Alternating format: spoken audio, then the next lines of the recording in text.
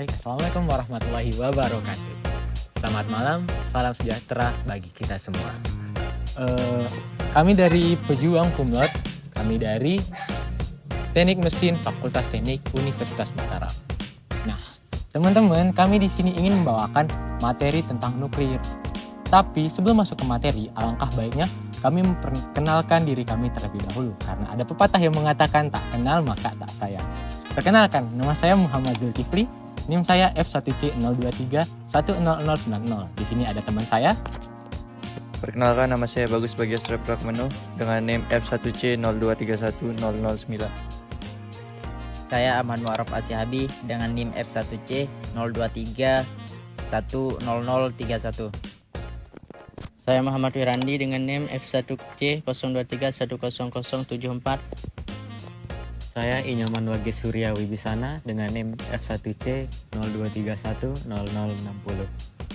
Saya Torvin Muda dengan NIM F1C02310099. Oke, sekian sesi perkenalan dari kelompok kami. Masuk ke dalam materi. Mungkin teman-teman tahu nih, apa sih itu nuklir?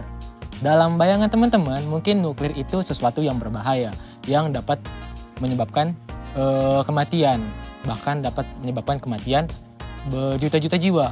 Nah, mungkin teman-teman mengira bahwa nuklir ini berupa bom atau bom yang memiliki radiasi yang sangat luas, yang sangat mematikan.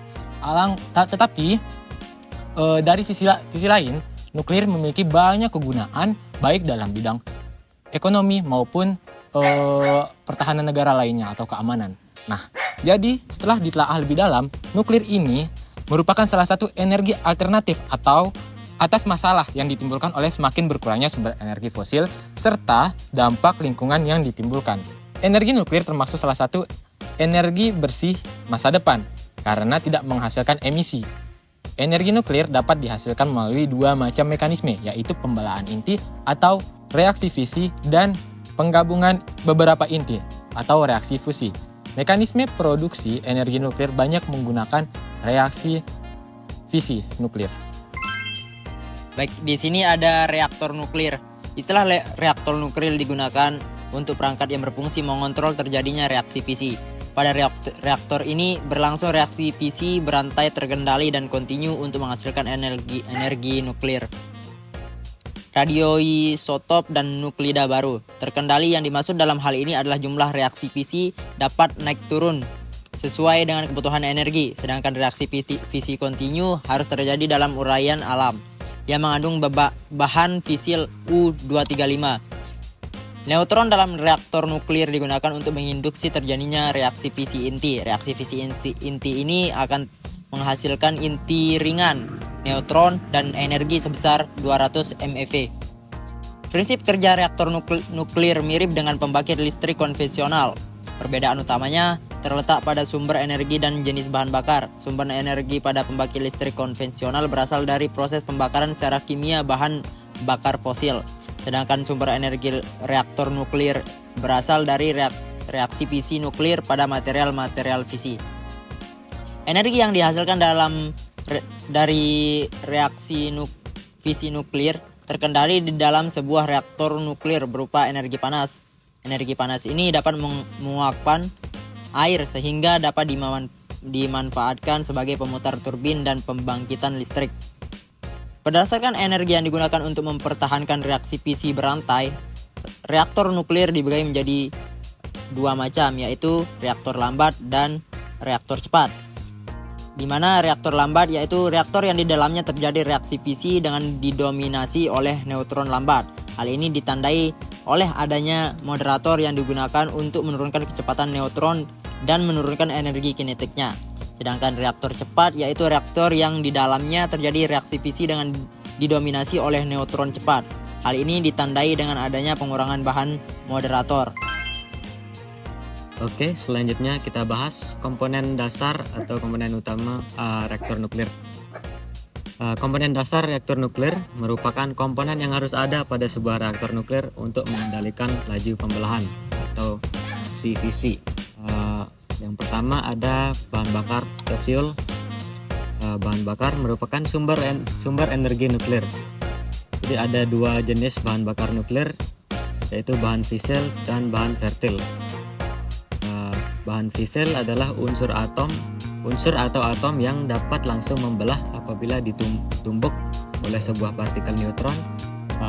Kemudian sedangkan bahan fertil adalah unsur atau atom yang tidak dapat langsung membelah apabila ditumbuk oleh sebuah partikel neutron, tetapi tidak akan membentuk bahan fissile. Bahan yang banyak digunakan sebagai bahan nuklir adalah uranium-233, uranium-235, plutonium-239, dan thorium-232. Untuk komponen yang kedua yaitu moderator. Moderator merupakan lapisan kedua komponen luar yang berhubungan langsung dengan bahan bakar. Moderator ini berfungsi untuk menurunkan energi neutron cepat menjadi energi neutron lambat, sehingga neutron dapat menyebabkan reaksi fisi berikutnya. Syarat bahan moderator adalah atom dengan nomor massa kecil, memiliki tampang lintang, serapan neutron yang kecil, memiliki tampang lintang hamburan yang besar, sesuai jenis reaktor yang akan didesain, dan memiliki daya hantar panas yang baik serta tidak korosif. Dan yang ketiga ada batang kendali atau control rod. Batang kendali ini merupakan komponen reaktor yang berfungsi untuk mengontrol keluaran daya dari sebuah reaktor dengan cara mengendalikan jumlah neutron yang dihasilkannya. Jika neutron yang dihasilkan selalu konstan dari waktu ke waktu atau faktor multiplikasinya bernilai 1, maka reaktor dikatakan berada pada kondisi kritis. Sebuah reaktor normal bekerja pada kondisi kritis.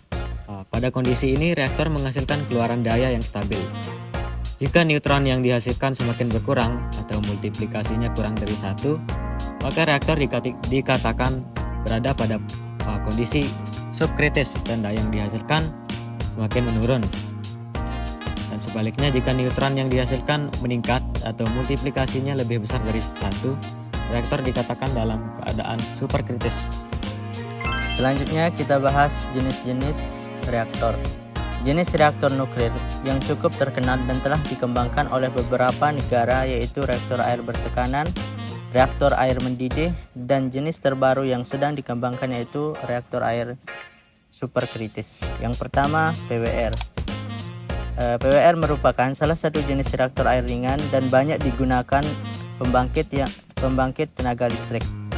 Reaktor ini menggunakan teknis fisi nuklir dalam memanaskan air di bawah tekanan tinggi dalam reaktor yang kemudian dilewatkan alat penukar panas, sehingga dihasilkan uap untuk menggerakkan turbin dan seterusnya generator listrik. Reaktor jenis PWR memiliki efisiensi termal yang rendah sekitar 33%. PWR beroperasi pada tekanan 16 MPa dengan temperatur rata-rata 280 sampai 290 derajat Celcius. Reaktor jenis ini banyak digunakan di Amerika Serikat, Prancis, Jerman, Spanyol, Rusia, dan Cina. Bahan bakar reaktor ini adalah 3% uranium dengan selongsong yang terbuat dari bahan zircaloy, sedangkan batang kendali dioperasikan dari bagian atas reaktor. Penggantian bahan bakar dilakukan setiap 3 tahun sekali. Yang kedua adalah BWR. Reaktor jenis BWR beroperasi pada tekanan 7,3 MPa dengan temperatur rata-rata 310 derajat Celcius. Bahan bakar reaktor ini adalah 3% uranium dengan selongsong yang terbuat dari bahan zircaloy, sedangkan batang kendali dioperasikan dari bagian bawah reaktor sehingga tidak jatuh ke inti dan menggantikan reaktor. Penggantian bahan bakar dilakukan setiap 2 tahun sekali. Pendingin pada reaktor jenis ini terjadi secara alami. Reaktor jenis ini banyak digunakan di Amerika Serikat, Swedia, dan Jepang. Yang ketiga adalah SCWR. Reaktor jenis SCWR merupakan salah satu jenis reaktor generasi 4 yang disebut sebagai reaktor masa depan dan merupakan jenis reaktor air ringan. Reaktor ini bekerja di atas titik kritis air, di mana SCWR beroperasi pada tekanan 25 MPa Air sebagai pendingin dan moderator memiliki titik kritis sebesar 22,1 megapascal. Pada tekanan tersebut, jika temperatur air terus dinaikkan, maka tidak akan terjadi perubahan fasa sehingga entropi reaktor dan efisiensi panas lebih besar. Desain SCWR mampu menghasilkan efisiensi termal yang tinggi dengan konfigurasi sistem yang sederhana.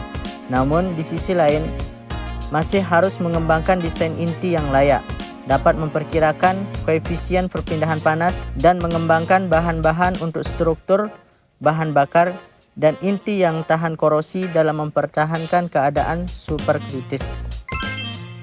Oke, selanjutnya ada bahan bakar reaktor. Bahan bakar reaktor yang digunakan sebagai sumber energi nuklir adalah bahan bakar yang bersifat fisil. Bahan fisil adalah unsur atau atom yang langsung membelah apabila menangkap neutron. Adapun bahan yang banyak digunakan sebagai bahan bakar nuklir yaitu uranium dan thorium. Yang pertama, uranium.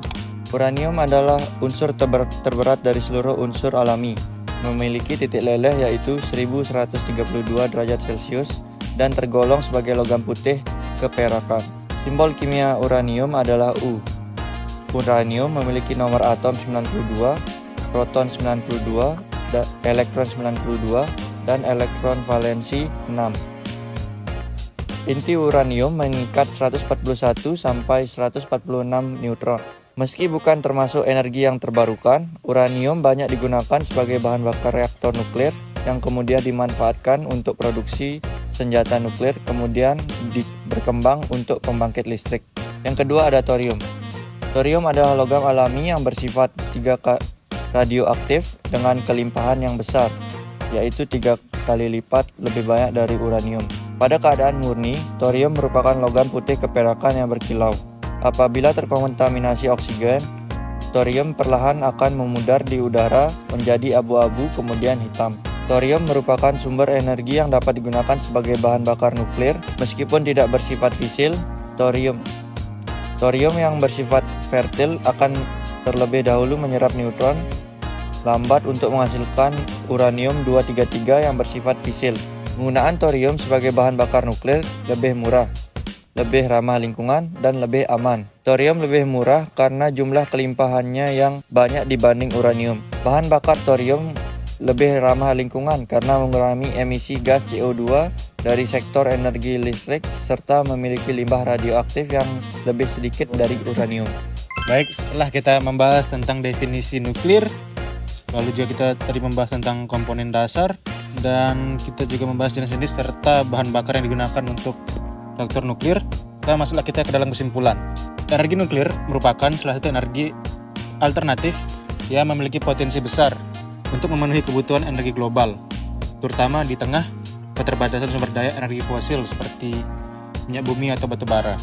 Melalui proses fisi atau fusi inti, energi nuklir dapat menghasilkan energi panas yang selanjutnya digunakan untuk membangkitkan listrik. Reaktor nuklir sebagai alat utama dalam pemanfaatan energi ini memiliki berbagai jenis seperti PWR atau Pressurized Water Reactor, ada BWR, Boiling Water Reactor, dan SCWR, yaitu Supercritical Water Reactor. Masing-masing dengan karakteristik dan teknologi yang berbeda. Komponen utama dalam reaktor nuklir seperti bahan bakar, moderator, batang kendali, sistem pendingin bekerja secara sinergis untuk memastikan reaksi fisi berjalan terkendali, aman, dan efisien. Penggunaan bahan bakar seperti uranium dan thorium juga menjadi topik penting, di mana thorium menawarkan keuntungan dalam hal ketersediaan, keamanan, dan dampak lingkungan yang lebih kecil dibandingkan uranium. Meskipun memiliki berbagai keunggulan, energi nuklir juga memiliki tantangan dan resiko, seperti potensi kecelakaan nuklir, pengelolaan limbah radioaktif, dan isu keamanan. Oleh karena itu, pengembangan teknologi energi nuklir harus disertai dengan standar keselamatan yang ketat dan pengawasan yang berkelanjutan, agar manfaatnya dapat dimaksimalkan dan risiko yang ada dapat diminimalisirkan. Ya, baik, mungkin itu saja materi nuklir untuk kali ini. Mungkin teman-teman udah tahu nih apa itu nuklir. Jadi kedepannya teman-teman bisa nih menjelaskan tentang nuklir. Oke, sekian dari kelompok kami. Apabila ada kesalahan, kami mohon maaf. Wabillahi taufiq wal hidayah. Wassalamualaikum warahmatullahi wabarakatuh.